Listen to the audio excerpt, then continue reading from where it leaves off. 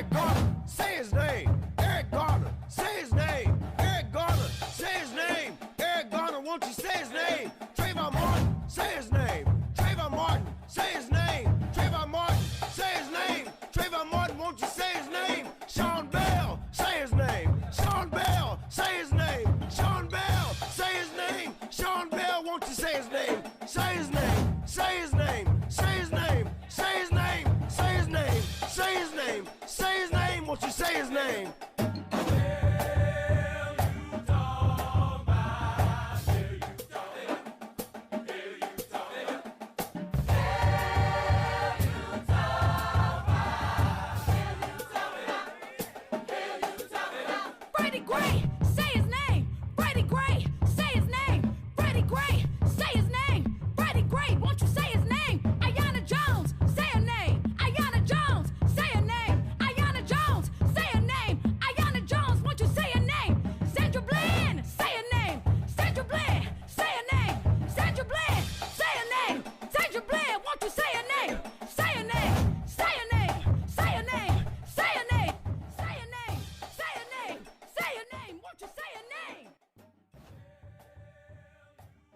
Welcome back to Panthers and Guerrillas.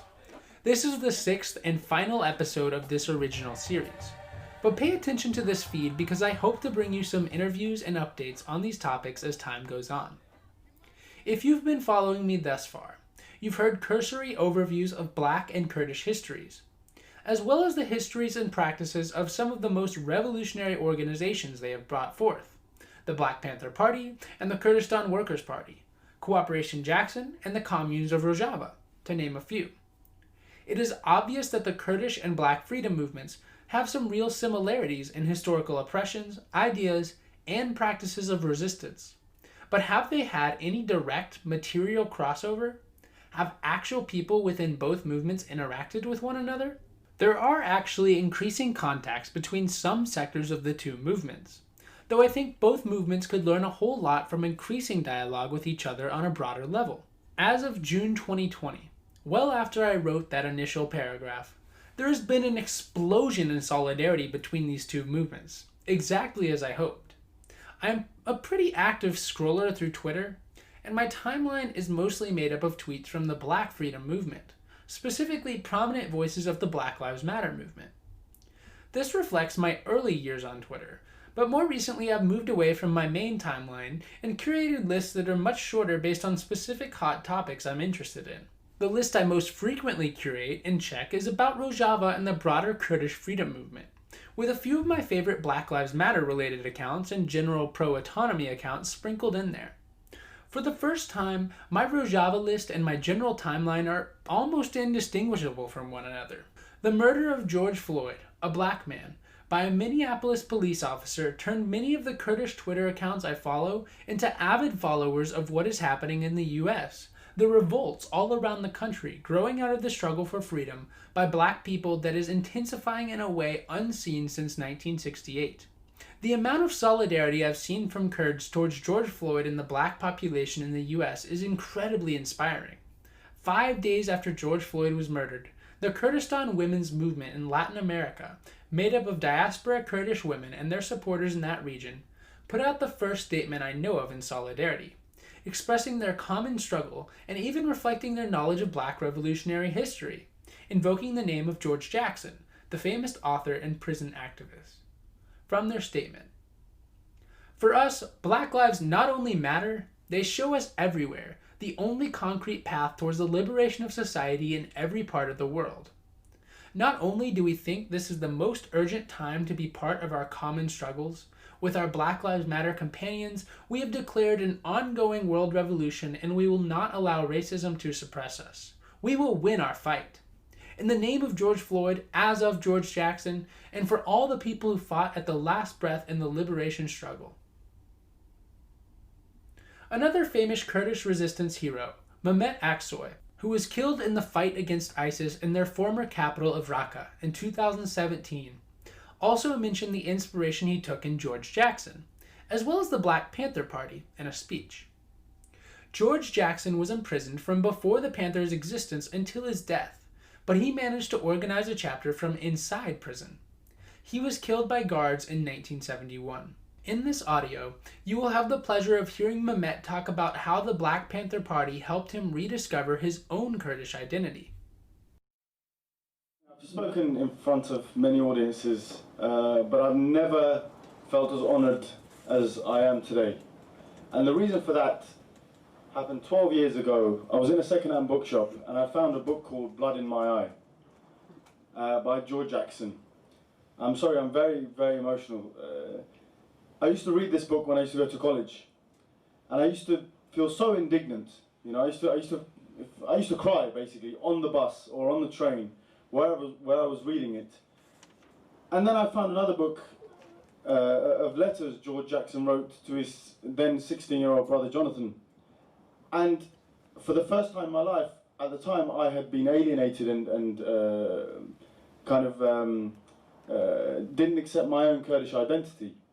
And I realized through a Black Panther who was no longer alive, who had struggled in a different part of the world, my own identity. And I think that if it wasn't for George Jackson, if it wasn't for that book, and if it wasn't for that struggle, I probably wouldn't have realized that my first contradiction within myself was my national identity. The People's Democratic Party, HDP, a predominantly Kurdish municipalist party dedicated to implementing democratic confederalism and ensuring a peaceful settlement of the Kurdish question, put out an official statement over Twitter about George Floyd, saying, quote, "We hope that this brutal murder will lead to the implementation of measures preventing the police from using racist violence against the people and killing them. We know how the African American people feel when they say, 'I can't breathe,' and support their right to a free life." Göran Özcan, the HDP representative to the United States, published online pictures of George Floyd, along with a Kurdish teen, Barış Jakan, killed by racists while listening to Kurdish music, and Iyad Halek, an unarmed autistic Palestinian man killed by Israeli police, all killed around the same time. And Özcan attached a quote from Martin Luther King: "Injustice anywhere is a threat to justice everywhere." At the same time, pictures of Kurds being attacked by Turkish police, side by side with images of George Floyd or black protesters also under attack, circulated all over Kurdish Twitter. All one has to do is simply search Kurd George Floyd to see the outpouring of support. Dilar Dirik, a prominent Kurdish activist, took to Twitter to share the importance of solidarity between the two struggles, pointing to the fact that the Turkish state modeled its prisons after those of the US, specifically to target the Kurdish movement, just as US prisons are filled with poor black people yesterday and today. The strongest statement of support came from the umbrella Kurdish women's movement for all of Kurdistan, the KCK. I'll read some excerpts from their lengthy letter. "We unequivocally condemn this blatant racially motivated violence perpetrated by the state and express our deepest condolences to the family and friends of George. This crime is neither the first nor, unfortunately, will be the last of its kind.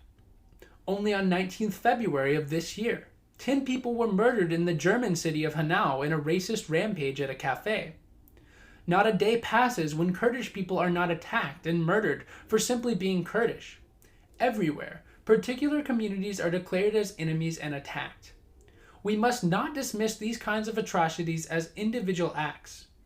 We have to look at them in the overall context of societal conditions. Nationalism and racism must be challenged critically and fought effectively in the context of the nation state and capitalism realities. Racism and nationalism are an extremely efficient ideological instrument of state, power, and domination systems. The murder of George Floyd should also be seen as a part of a war that the state is waging against society. According to press releases in 2019, 1,099 people were killed by security forces in the USA alone. Let's build our free life beyond the state, power, and hierarchy through democratic structures of self-organization and self-determination." Women Defend Rojava echoed this sentiment. Quote, "Our oppression has the same origin, and therefore we must fight together to end it, to defend a free life. To fight the murder of the Kurds in Turkey is to fight the murder of black people in the United States. To fight the invasion of northern and eastern Syria is to fight the racism of the police. To defend Rojava is to defend the black community. And to defend the black community is to defend the Kurdish people. Let us rise up and organize, because only together will we make racism the painful memory of a finished history. For all the martyrs, from Rojava to the world, we say loudly that Black lives matter, Kurdish lives matter, and we are ready to defend them side by side. Black Socialists in America, a rapidly growing black coalition that includes Cooperation Jackson and advocates for decentralized direct democracy in workplaces and communities, published their thanks for the strong words of love and support from the global Kurdish community, and reiterated that Black and Kurdish peoples have so much to learn from one another in our struggle for liberation. The BSA has repeatedly promoted Abdullah Öcalan's works, sharing quotes from him online that reiterate the common values that these movements are embracing, specifically a trend towards direct democracy and against the state. After my video, The Communes of Rojava, appeared alongside BSA's work on the Twitter account of the black comedian Zach Fox, Black Socialists in America shared a clip from the video about the Societal Defense Forces in Rojava's communes, commenting, "Here is just one element of organization that we've seen with the Kurdish-led efforts in northeast Syria, Rojava, that provide us with some examples of how we could structure things in opposition to the fascist police state terrorizing our communities here within the United States." They go on to point out the common ground Rojava's system has to that proposed by Kalia Kuno of Cooperation Jackson in 2013 in Let Your Motto Be Resistance, in which he calls for the same type of decentralized and accountable community self-defense. Kurdish freedom organizations have been aware of the black struggle for a long time. In episode 1, I played you a song by Ciwan Perwer, written in Kurdish about the McCarthy-era black labor activist Paul Robeson. More recently, in the first national wave of the Black Lives Matter movement, the Kurdish women's movement sent a message on behalf of the YPJ, the all-female autonomous militia in northeast Syria. The message is worth reading in full. Black Lives Matter. To our black sisters and brothers, the people of Kurdistan stand with you. Here are the women who fight ISIS, the Islamic State, in Rojava and northern Syria.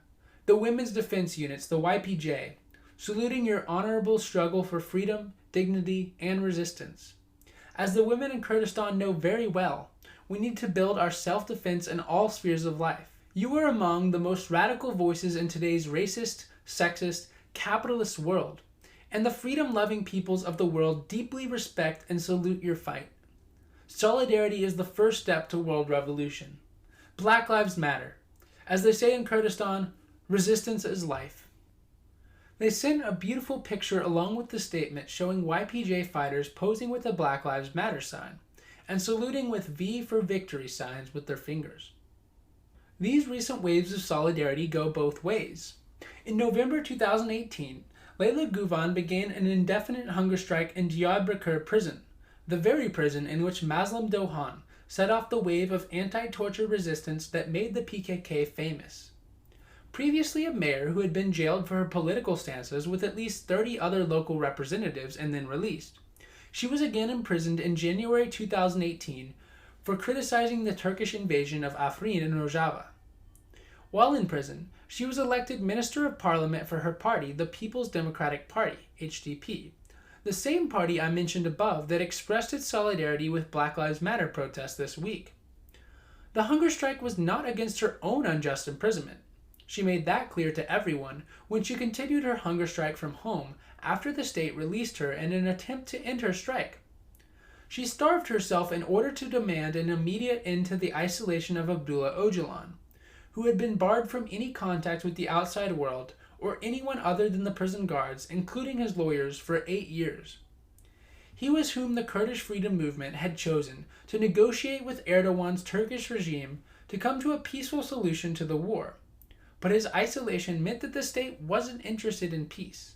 Leyla Guven consumed only vitamin B and sugary drinks for 197 days. In the midst of all of this, Angela Davis, a former Black Panther who was herself a hunger striker when she was imprisoned in 1970, wrote an editorial in the New York Times expressing her solidarity with Leyla, Öcalan, and the Kurdish struggle. Quote, Miss Güven is a major inspiration to people throughout the world who believe in peace, justice, and liberation. I join all those who support her and stand in condemnation of the repressive conditions of Mr. Öcalan's imprisonment. Those of us here in the United States who have protested the expansion of the prison industrial complex have been emboldened over the years by the courageous actions of Kurdish political prisoners, especially by the women who have resisted American-type prisons in Turkey. We should now follow the leadership and example of Ms. Güven in protesting the isolation of Mr. Öcalan, who is recognized as the chief negotiator representing the Kurds in the peace talks with Turkey, and who has declared that the fight for women's equality is central to the revolutionary process. As other imprisoned political figures have been released upon election to parliament, so too should Ms. Güven be freed. Angela Y. Davis, Oakland, California. Unquote. Sadly, as I write this on June 4th, 2020, Leyla Güven, after being released and once again taking her place in Parliament, was stripped of her parliamentary immunity and detained for saying the words, Berkodan Jiane, resistance is life. Thankfully, she has been released again for the time being. Angela Davis's solidarity is both very meaningful in the sense that it travels halfway around the world, from the Black Freedom Movement to the Kurdish Freedom Movement, from one revolutionary woman to another, for the world to see in one of the most read newspapers on the planet, but also in the sense that it proves the affinity between the two movements that I am arguing for in this podcast series. This means that Black revolutionaries in the United States are actively following developments in Kurdistan and are looking to them for strength. We see them going beyond statements and seeking a cooperative exchange of education. In 2018, Cooperation Jackson hosted Ercan Eboga of the Mesopotamian Ecology Movement in northern Kurdistan for a 2-hour video conversation about the Rojava Revolution. Just listen to the admiration that Khalil Kuno expresses for the work of the Kurdish movement and the points he makes on where the similarities lie between them. But it was a pleasure to have you here. Good seeing you again. I know our paths have crossed a couple of times. And to just share a bit with us today about the struggle in Rojava, which we've been describing to our membership, is one of the most dynamic and important democratic struggles taking place in the world right now, and that we have a lot to learn from it. Many of us in our leadership circle here have been studying the revolution for years now as it's grown and progressed. One of the things that, as I've shared with you, that we've always found interesting is the parallel between, in some of our thinking, between what was developed as the Jackson-Kush plan and where the Rojava Revolution and the democratic confederalism, the feminization of politics, the ecological centering of the project, the development of the solidarity economy, just the parallels in terms of what we're trying to do, albeit on a smaller scale, but I think very much connected. Some Black activists and organizers have gained so much inspiration from the Kurdish Freedom Movement that they have traveled to Kurdistan to join the revolution themselves. It is notable that the first internationalist woman to be killed in the fight against ISIS was a Black woman from Turkey, Ivana Hoffman. She was killed in 2015 fighting alongside Turkish communists defending a Christian village from the Islamic State. The village where she gave her life, Tiltamur, is currently under attack again, this time from Turkey. Before her 20th birthday, a day that never came, Ivana traveled alone thousands of miles to a country she had never been to join a revolution of people she'd never met, and gave her life on that land in defense of ideals she'd never see come to full fruition. There's no clearer picture of solidarity between nations.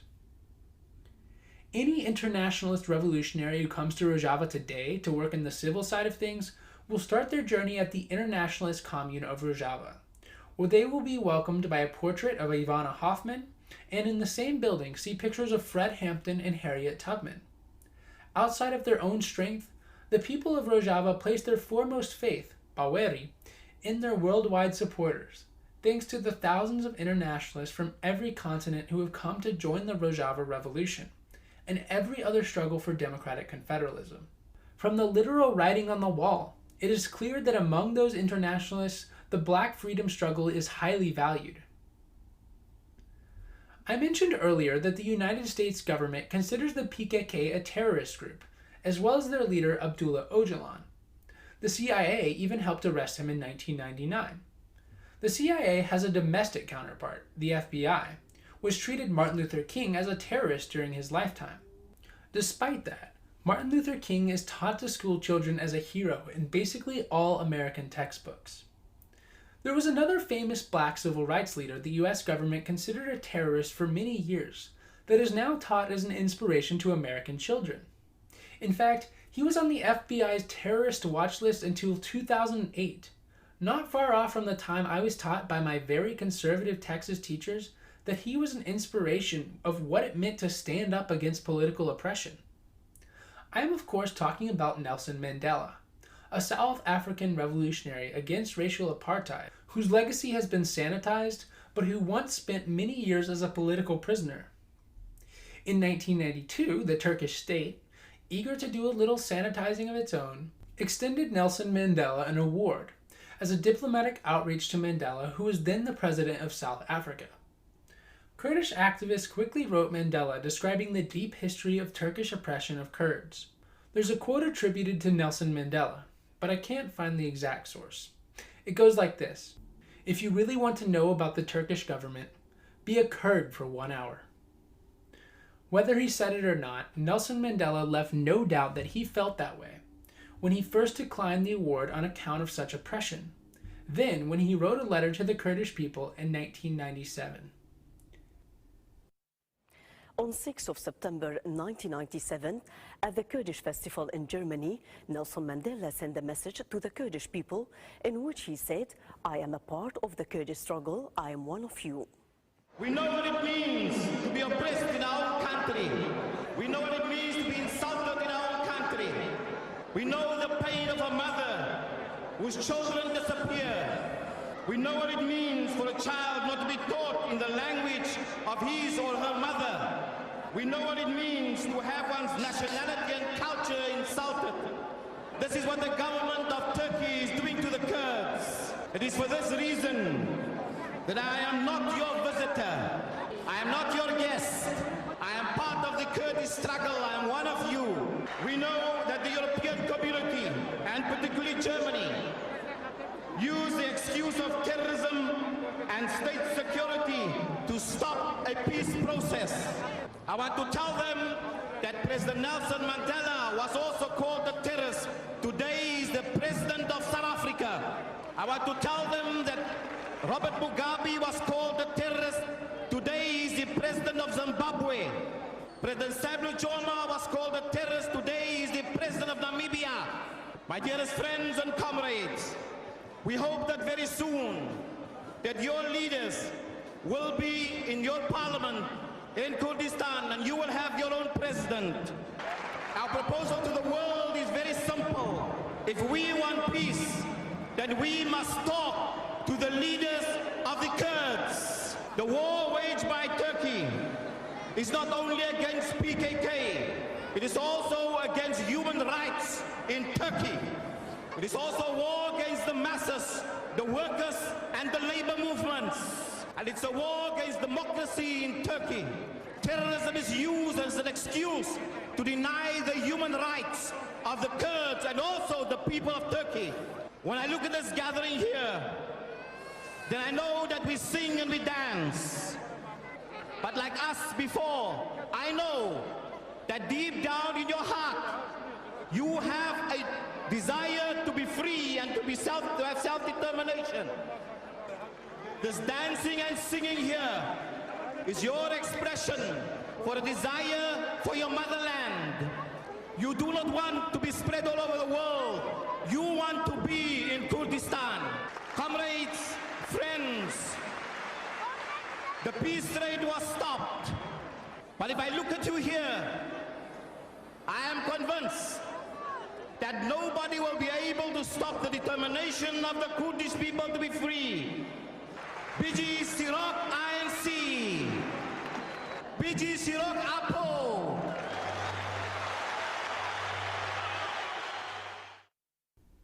I am part of the Kurdish struggle.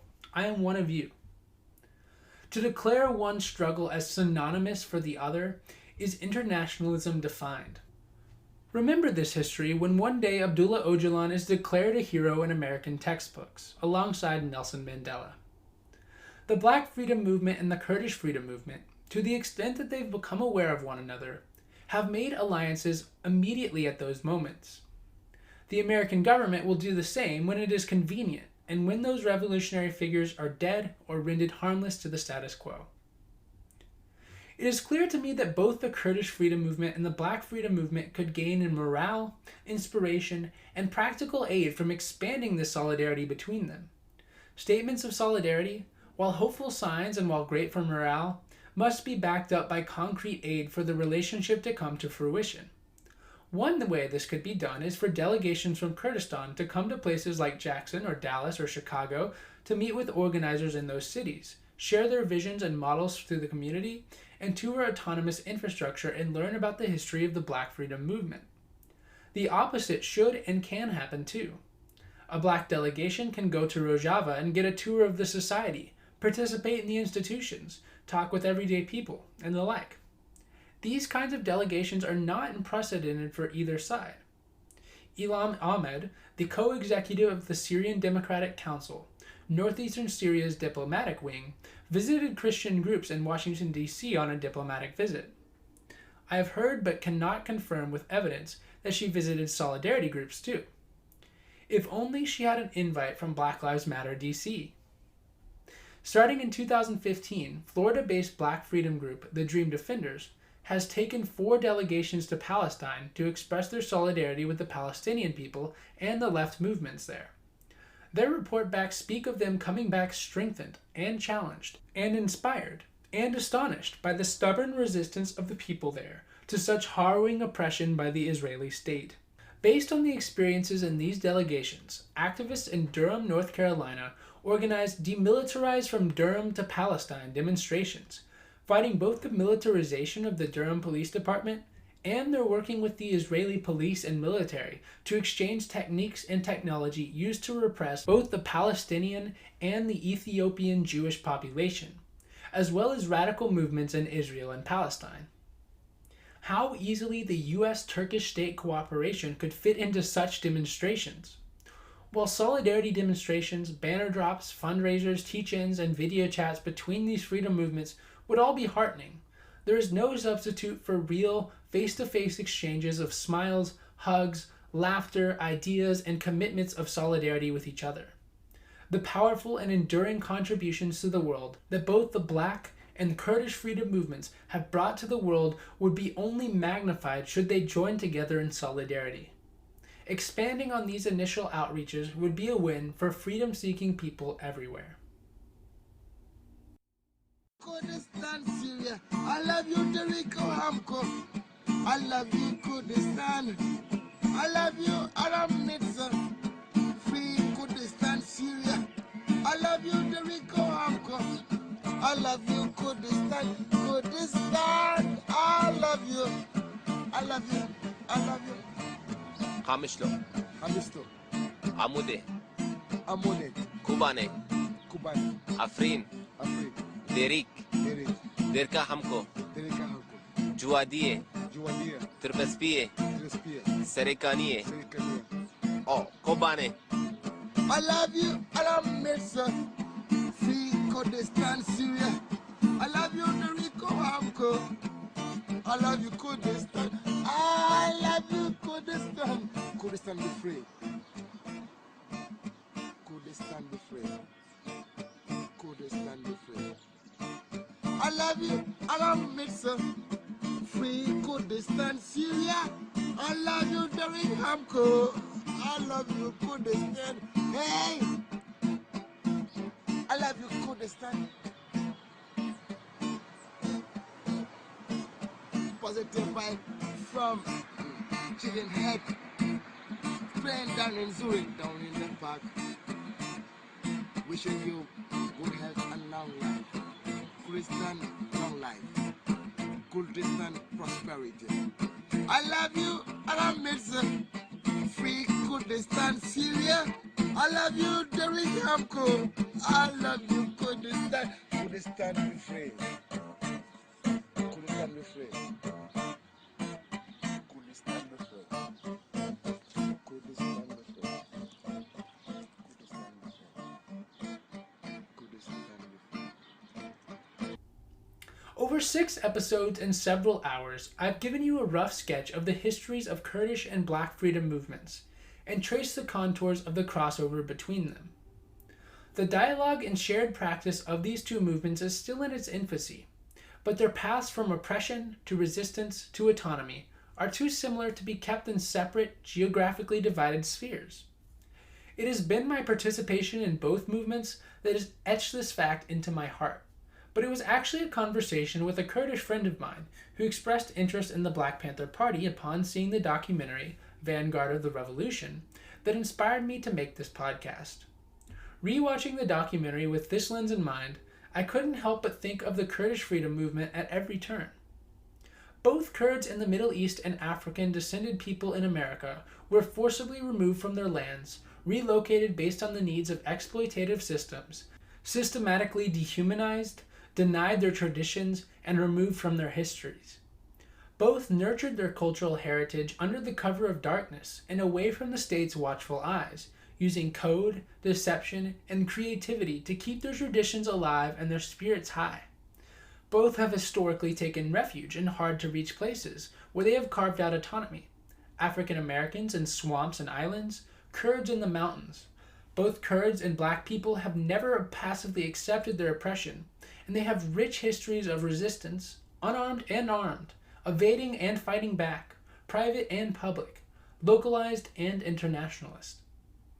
The 1960s and 70s brought about a wave of global awareness of repression and large-scale social movements in Kurdistan and in America, and the Marxist tradition at one point influenced the trajectory of both. The Black Panther Party, while claiming this tradition, gained broad-based support in the Black community and in allied supporters of many ethnic backgrounds, and carved out its own unique legacy that was built upon its specific context. The party ran into limitations of the Marxist paradigm and started to delineate its own ideology that was more rooted in the autonomous capacity of the Black community and the rendering of the dominant power structures of state and economy obsolete by the meeting of the needs of their community themselves. Cooperative economics became a big part of their struggle, and self-defense was imperative. Nationalism started as a central component of their theory and practice, but quickly became entwined with the fights for freedom of other ethnic groups in societal sectors in America and around the world, and developed a more holistic approach based on the lifting of all boats and the fostering of interconnected autonomies instead of new ruling powers. Other Black organizations similarly trended towards nationalism and nation-statism before running into roadblocks and shifting towards visions that embraced autonomy and decentralization. Years later, the PKK formed under similar principles and similar aspirations. They too started for self-defense, cultural protection, and to gain revolutionary power, but felt cornered enough by the repression to up the ante to full-on guerrilla warfare. And early on, they found supporters from outside their own community, Turks and Assyrians, Europeans, and Palestinians. But they initially sought their own nation-state in line with so much of the Marxist-inspired anti-imperialist tradition. Just as for the Black Panthers, this approach left something to be desired on the other side of years of hard-fought struggle, repression, and mixed results. Both movements had their leaders jailed or assassinated, their names tarnished, and their ideas distorted by their respective ruling states. And it was the reflections upon facing this repression that forced paradigm shifts in both the Black movements and the Kurdish movements. In more recent years, the idea of capturing the state or creating a new nation state has had to be examined in light of examples of such practices from elsewhere, and their overall failure to bring about actual freedom that empowers people to make decisions over their own lives. Self-reflection and critique have long had important roles in both movements, and they seem to have wrought new trajectories toward decentralization and increased rejection of hierarchy in favor of more direct participatory democratic approaches and accountable, non-authoritative leadership. Women have refused to take the back seat and have pushed themselves to the forefront, building cutting-edge models of autonomy, care, support, and accountability in both movements. Autonomy and self-sufficiency have become the new watchwords, while fewer and fewer people find hope in institutions and top-down power structures. Increasingly, too, economy is no longer synonymous with industrialism among adherents of these social movements. Instead, value is found in ecological and cooperative business models directly accountable to the communities that are integral to their existence. The trends I have tried to trace in these episodes are trends not limited to the Kurdish Freedom Movement or Black Freedom Movement. Though the communes and cooperatives of Rojava, Cooperation Jackson, the Black Women's Defense League, and the grandmas autonomously taking up arms to defend northeast Syrian streets represent some of the most inspiring examples of these trends. Who has the power? Who has the knowledge? Who makes the decisions? Are these things concentrated in self-appointed politicians and elites who claim to speak for everyone in these struggles? Or are they diffused as widely as possible so that new freedom movements won't have to pop up in a few decades to defeat the oppression of the old freedom movement? These are the questions rising to the top of the agenda now that the Cold War era mythical dichotomies have been shattered. In Kurdistan and Black America, the momentum is swinging to the latter. There have been sprinklings of acknowledgement from the figures and organizations of each movement toward the other's fights, and gestures of support whenever possible. But with such similar histories and trajectories, the benefits of expanding this cooperation, not just to these two freedom movements, but to humanity as a whole, are endless. Abdullah Öcalan's paradigm of the democratic nation calls for the uniting of peoples not based on geographical lines on a map, but on a common mindset, a consciousness of freedom and cooperation, and directly democratic governance. If there is one lesson that shines above the rest from the experiences of the autonomous administration of northeast Syria and the attacks they have faced by ISIS and the Turkish state, it is that freedom-seeking peoples can never rely on states to come to their aid in the final analysis. The Kurdish movement has made clear that their biggest hope is in their own collective strength and in the thousands of internationalist people and movements who have made the Kurdish struggle their own struggle. Black American history has proved a similar fact. Alliance with, and fights to control, the state in the name of civil rights has always been fragile, fraught with the state's self-interest and betrayal. It has been the strength of these Black-led social movements themselves, along with the relationships they have built with accomplices and other movements, that have been the real leverage point behind the gains that they have won thus far, from the Maroons and the Underground Railroad to the Rainbow Coalition and beyond. My experiences with the Black Freedom Movement and Kurdish Freedom Movement have led me to a personal stake in seeing these disparate but similar parts of my life come together and learn from each other. But outside of that, their respective histories, organizations, and accomplishments reinforce that same lesson. I hope this podcast series can scratch the surface towards expanding cooperation between these two historic contributions to human freedom and autonomy.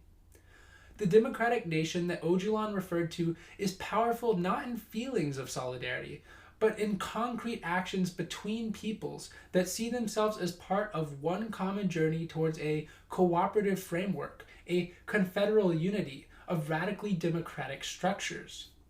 The groundwork for these actions has been laid, but the real journey is on the horizon, and it depends in great part on if and how these two movements continue to walk forward together.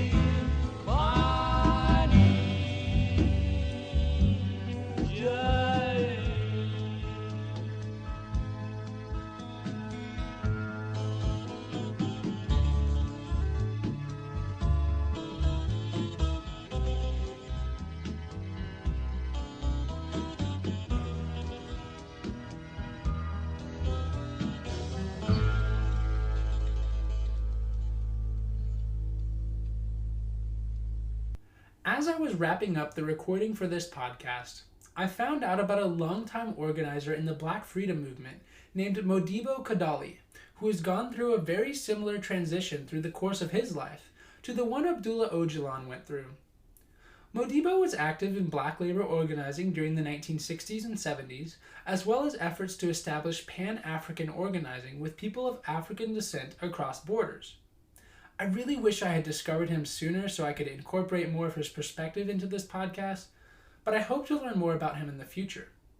He has written about the Rojava Revolution in his book Pan-African Social Ecology, but I haven't yet been able to get my hands on a copy. Barring my knowledge about his direct thoughts on, or correspondence with, the Kurdish Freedom Movement, I can only look to the ideas that he has been providing within the Pan-African movement for a while now, and compare them to the similar ideas we are seeing growing out of the Kurdish Freedom Movement. During his time with the Central Committee of the Revolutionary League of Black Workers in the early 1970s, Modibo became disillusioned with the centralist nature of that organization, and of vanguard politics in general. In listening to a quote from him, found in an essay as part of Cindy Milstein's curated anthology book, Deciding for Ourselves, The Promise of Direct Democracy, one can hear the similarities with Öcalan's path, from being part of a highly centralized Marxist-Leninist movement, to growing disillusioned, to reading Murray Bookchin, to advocating for decentralized direct democracy as a path to liberation for his people and all people. Here's an excerpt where Modibo talks about his path. The most perplexing question for me, however, was the role of the state. My only political vision at that point in my life was that of a socialist nation-state ruled by the working class, which is what most Marxists desired at that time. This state socialism was supposed to represent the next stage of human social and economic development. Of course, this nation-state was supposed to be large and highly centralized, like the kind we saw in the USSR or China then. And part of that vision was a conception of nationalism that coincided with the emergence of the post-colonial Third World states. I began to see that these big, massive, bulky nation-states were contributing to the problem of social oppression, and the emerging post-colonial states of Africa, the Caribbean, and elsewhere in the Third World were not solving any problems for their own people. So I started to look at more localized and directly democratic conceptions of socialism, and more intimate forms of democracy, where people could look at themselves and each other face to face and solve their problems collectively. That's direct democracy to me. Direct democracy is also meaningless, though, without a clear understanding of social ecology. Murray Bookchin said that, to paraphrase, there is a social crisis at the basis of every ecological crisis, or every ecological crisis is in reality a social crisis. Consequently, ecological crises expose social crises. It follows that societies that are organized hierarchically and based on for-profit markets cannot solve or even adequately address any ecological crisis. What is more intimate and integral to our lives and future, after all, than the directly democratic control over our immediate environment and living space? That's the air we breathe, the water we drink, and the food we eat. We must learn to democratically control the spaces that we inhabit, to expand and take responsibility for them. We can no longer afford to allow others to do this for us. We must learn to do this for ourselves, in concert with our neighbors and other communities, which can happen through directly democratic town hall meetings, assemblies, and other popular forums that are empowered to make decisions." Unquote. So we can see that he's walking a very similar road to Abdullah Öcalan after similar experiences and very similar movements. And just like Öcalan, Modibo took what Bookchin was saying and focused even more heavily on the women's liberation component than Bookchin had, though I should make clear that Murray Bookchin was an ardent advocate for women's freedom. It's just that Modibo and Öcalan felt the need to put an even greater emphasis on these points. Modibo shows this focus in his critiques of many of the Black Freedom Movement's organizations in the 1970s, saying that there were two important questions that were not dealt with by these institutions. First was the question of gender and women's liberation. Second was the ecological question, which was largely ignored by many people in these movements. In a way, Modibo's experiences are a microcosm of the broader trends that are arising in the Black Freedom Movement and the Kurdish Freedom Movement and many social movements that found themselves very connected to the 1960s and 70s era Marxist movements and then went through a period of disillusionment and reimagining. I walked you through a similar transformation that happened within the Republic of New Africa wing of the movement. But Modibo himself has some critiques of Cooperation Jackson, which I cited as an example born out of that movement earlier on. A lot of his critiques rely on some of the same things that Kalia Kuno was self-reflecting on in the article I quoted earlier, especially surrounding their foray into the mayor's office. I'm not sure to what extent Modibo knew about Kalia and Cooperation Jackson's self-critique, or if that self-critique has borne out positive change towards a repositioning towards real direct democracy. But it's worth airing Modibo's criticisms here. Quote, "It's also important to remember that the mere presence of popular assemblies in a movement or community does not necessarily indicate the presence of direct democracy. Sometimes these assemblies are still quite removed from the type of intimate contact that people need to develop some kind of real understanding about who they are, that humans are part of nature, and human society is a natural development. Popular assemblies can often become spaces where people talk, listen, and inform one another, but where frequently nothing is decided. The movement in Jackson, Mississippi is one example of this. Cooperation Jackson fell into the trap of so-called participatory democracy. People in Jackson come together to discuss and propose ideas in the assemblies, but ultimately Mayor Lumumba makes all the decisions. That's just another form of representative democracy. The people are not yet making the decisions themselves. Their role is only advisory, and the basic hierarchy of state power is still in place, now legitimized by the rhetoric of direct democracy. It's important to clarify that participatory democracy is not direct democracy at all, most of all because it lacks the necessary intimacy, and too often it only means participating in a conversation while someone else ultimately decides what to do." Unquote. This is not the first time in this series that I've shared critiques from one organization to another. I share these critiques not out of division, but because they are intended to build up the movement as a whole and strengthen its capacity to live up to its ideals. I hope Modibo's critique of Cooperation Jackson, an organization I deeply admire, is heeded and turned into inspiration to even more thoroughly dive into the building of directly democratic neighborhood and workplace assemblies. I want to close with another extended quote from Modibo Kadali about a reimagined vision of Pan-Africanism, a very strong component within the Black Freedom Movement. Quote, "If, as recent history demonstrates, Pan-Africanism is going to be defined by the unity or clustering of Black-ruled nation-states and Black capitalism, it serves no purpose other than the continued oppression of Black exploited classes under Black elites. Such models are as inadequate to Black liberation as they are to solving climate change. The concept of Pan-Africanism, however, is perfectly compatible with the development of locally decentralized and directly democratic institutions in areas where African people live and work.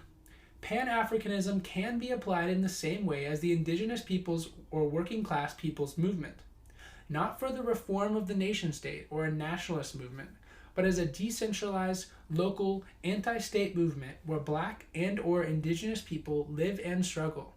A non-exclusive movement, including all local organizers who are engaged in autonomous self-organization and the creation of directly democratic institutions that can respect all oppressed people."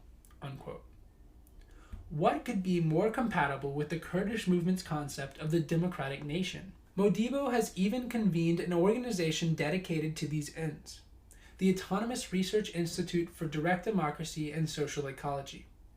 All that's left now is for those sectors that make up the democratic nation to find each other, recognize each other as part of the same fight, and to come up with ways to collectively build each other up and defend each other in the broadest sense of the word defense. Thank you so much for listening to Panthers and Guerrillas, Black America, Kurdistan, and Their Struggles for Freedom. This tops off a 6-part series written by me, Ian Campbell, aka Neighbor Democracy. I want to thank @Mimosta_ for the cover art. That's @MAMOSTA_. I just can't express how much I love this artwork. You can find her on Instagram @Connie Jaff. That's @KANIJAFF. She has some great artwork on there, as well as some sweet stickers of Abdullah Öcalan in a tracksuit, so you can order and help her out. The intro song you heard on this episode was Hell You Talmbout by Janelle Monae, an anthem of the Black Lives Matter movement that features the names of just some of the Black people who have been killed by police over the last several years. In the first interlude, you heard I Love You Kurdistan, Syria. Unfortunately, this song is uncredited, but folks on Twitter said it was a Jamaican street singer expressing his solidarity for the Kurds. This video is at least 6 years old, but possibly even an 8-year-old video now.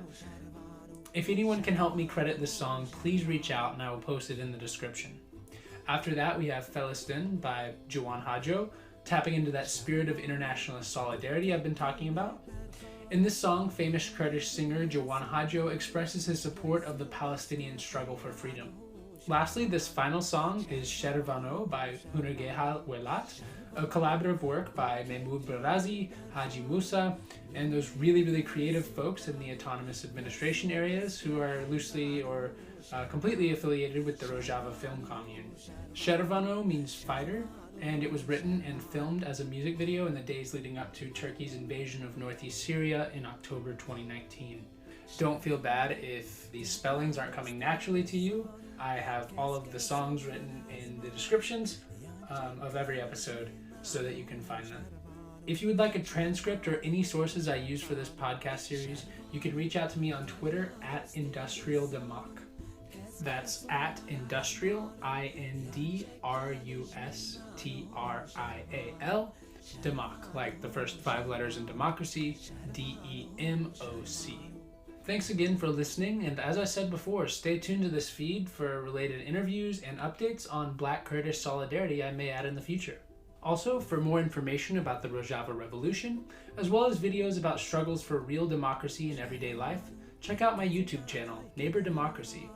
Apart from making content like this, I also conduct online trainings on how you can start a neighborhood pod, hyper-local coordinations of neighbors to help meet each other's needs, get to know one another, and even come together to make decisions on the issues that affect your block. If you want to know more about that, you can reach out to me on Twitter or YouTube as well. For those of you turning these theories into action and real autonomy, stay safe and take care of each other out there.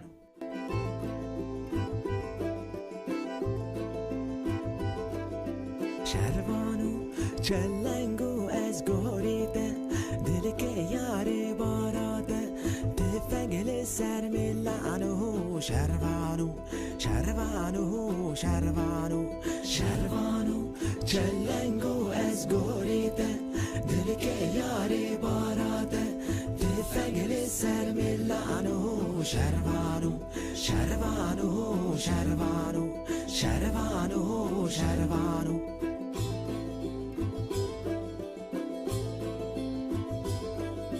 شروانو گرکدین برخانو لولی بده سنگانو بلزو بس که حیرانو شروانو شروانو شروانو شروانو گرکدین برخانو لولی بده سنگانو بلزو بس که حیرانو شروانو شروانو شروانو شروانو شروانو